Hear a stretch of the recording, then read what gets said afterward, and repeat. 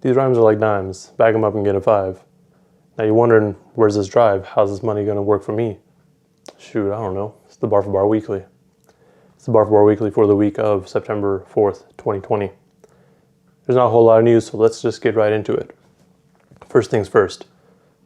We got more news about Tekashi 6ix9ine because clearly he can't just sit still. One of the biggest things that happened this week is that both Lil Durk and Lil TJ came out saying that 6ix9ine's camp, like maybe his management, but most likely not his actual management, was offered quite a bit of money to stir up some trouble with 6ix9ine. Both of them went on record saying, nah, I ain't doing that. Probably because they don't want to take money from people who work with a snitch. It makes sense because that's a really good way to keep attention on 6ix9ine, and that's kind of his whole thing, like just trying to get a lot of attention.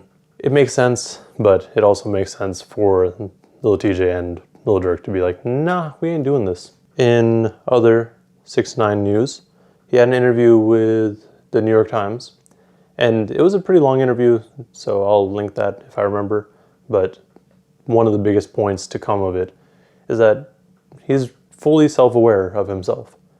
So you think that he's just doing this stuff because he doesn't know what good music is? Like, he knows what he's doing. Like, he's catering to this audience that just wants ignorant nonsense music, which is fine. If you like that music, fine. He also acknowledges like, yo, like sometimes you just need that music, which I get it.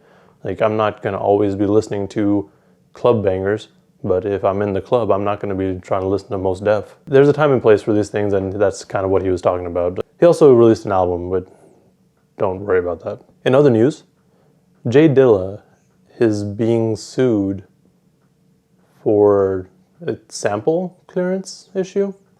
Now, it's not Dilla himself because obviously he has passed. It's more stone's throw. What is happening is on his 2006 project, Donuts, he had a track titled Working On It. That sample is from 10cc's The Worst Band in the World. Now, that sample didn't get cleared, or even, they didn't even like reach out to them to try to get cleared. So clearly, they're a little bit upset. The people involved with this lawsuit is Music Sales Corporation, which is the most generic sounding name I've ever heard. They're suing because they've, on multiple attempts, tried to let Stone's Throw know, yo, like you didn't get the sample cleared. We want something like to be done about it. I think it first happened in 2014 with one of the re-releases of Donuts. And then it happened again with the 10th anniversary re-release in 2016. And then after that, there was a few Netflix specials with Dave Chappelle, which featured Working On It as like background music. So clearly they would like some of that money. Totally fine, I understand. It's more on Stone's Throw end than J Dilla's end, I feel, because Stone's Throw has gotten multiple chances to fix this. It's just sampling in general is kind of weird because to me, I feel like sampling is its own sort of art because you're taking something that already exists and changing it into something else entirely. But I also understand that the original artists are like, yo, you're taking what I made, which probably wasn't sampling anything. Like, this is my own actual art, and you're using my art for your benefit. So I see where that is too. I just wish there was a better sort of like agreeance on sample clearances and stuff. It just makes things easier. Moving on to a random bit of news. Travis Scott apparently has a collab with McDonald's for the Travis Scott burger. So if you frequent McDonald's and don't care about Travis Scott, I would recommend avoiding McDonald's September 8th because I imagine there's going to be a ridiculous amount of people there. And in the final bit of major news, there was some weird stuff happening with ASAP Mob this week. So first we heard from ASAP Pills, I believe, that Ferg is no longer a part of ASAP Mob. Like, he was kicked out. Why? I don't really understand. He was just like, it's just some stupid stuff. And like, it's just really petty.